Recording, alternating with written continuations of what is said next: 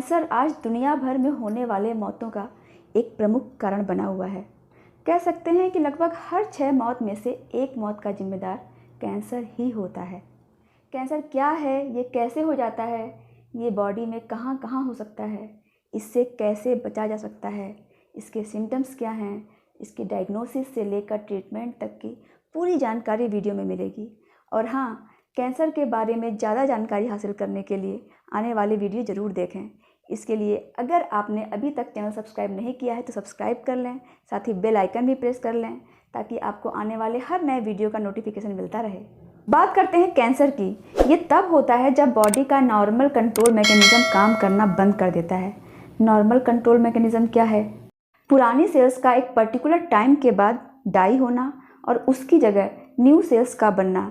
But in this case old cells do not die, और die होने के बजाय ये सेल्स लगातार ग्रो करती ही जाती हैं without any control, and as a result they forms new abnormal cells and these extra cells forms mass of tissue that is called tumour. ये ट्यूमर पहले तो धीरे धीरे आसपास के एरिया में, फिर धीरे धीरे बॉडी के दूसरे ऑर्गन्स में भी फैलने लगता है, जो आगे चलकर हमारे इम्यून सिस्टम को डैमेज करता है और भी कई तरह से बॉडी को हार्म पहुंचाता है, जो कि बहुत ही खतरनाक साबित हो सकता है।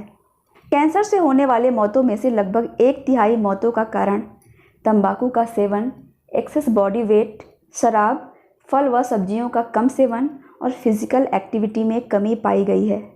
और आज प्रेजेंट सिनेरियो में कैंसर का सबसे इम्पॉर्टेंट रिस्क फैक्टर है एज।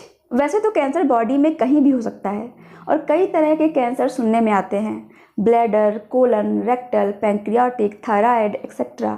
बट कुछ टाइप के कॉमन कैंसर हैं जो ज़्यादातर सुनने में आते हैं, like breast cancer, lung cancer, colon, rectum और प्रोस्टेट कैंसर। कैंसर का क्लासिफिकेशन इसके लोकेशन और ये किस तरह के टिश्यूज़ को अफेक्ट करता है इस बेसिस पर किया जाता है। लाइक सार्कोमा बोन्स या सॉफ्ट टिश्यूज़ में डेवलप होता है, जबकि कार्सिनोमा बॉडी के एक्सटर्नल और इंटरनल लेयर को कवर करने वाली टिश्यूज़ में होता है, और एडिनोकार्सिनोमा ब्रेस्ट में बनता है।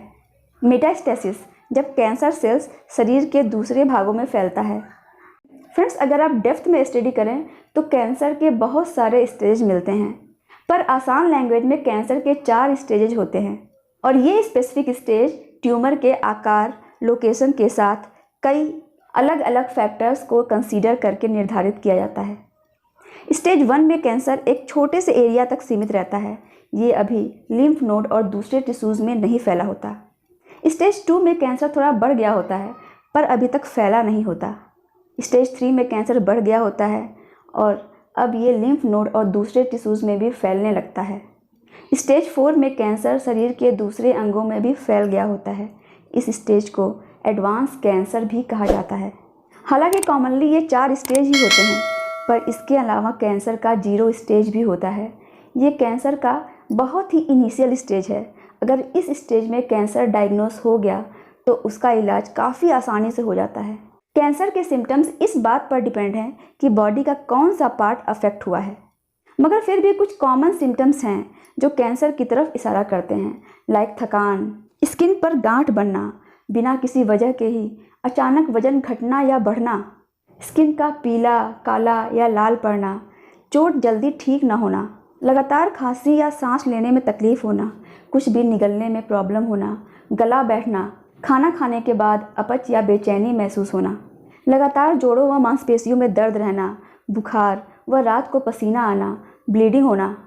अर्ली डायग्नोसिस, प्रॉपर ट्रीटमेंट और उचित देखभाल के जरिए लगभग 30 से 50% कैंसर को रोका जा सकता है।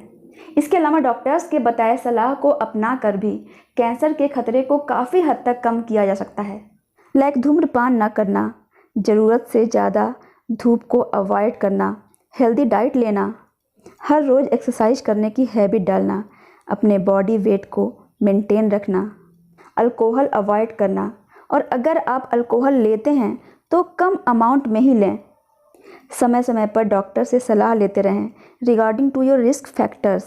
समय समय पर डॉक्टर से वैक्सीन के विषय में पूछते रहें, like hepatitis B, papilloma virus.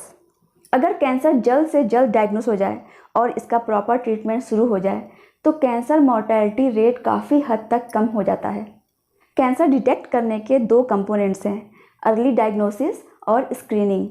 Early diagnosis में कैंसर के सिम्टम्स, टाइप्स और डॉक्टर के सलाह को लेकर हमेशा जागरूक रहना।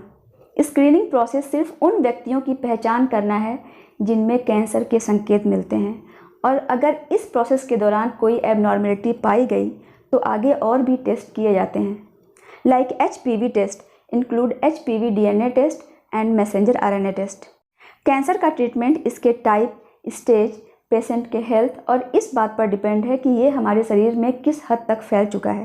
वैसे मेनली कैंसर के 3 ट्रीटमेंट्स हैं, surgery, chemotherapy and radiation therapy.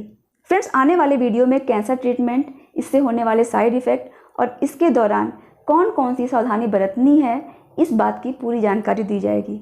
अगर आप इन बातों को जानने के इच्छुक हैं तो आने वाला वीडियो ज़रूर देखें। Thanks for watching.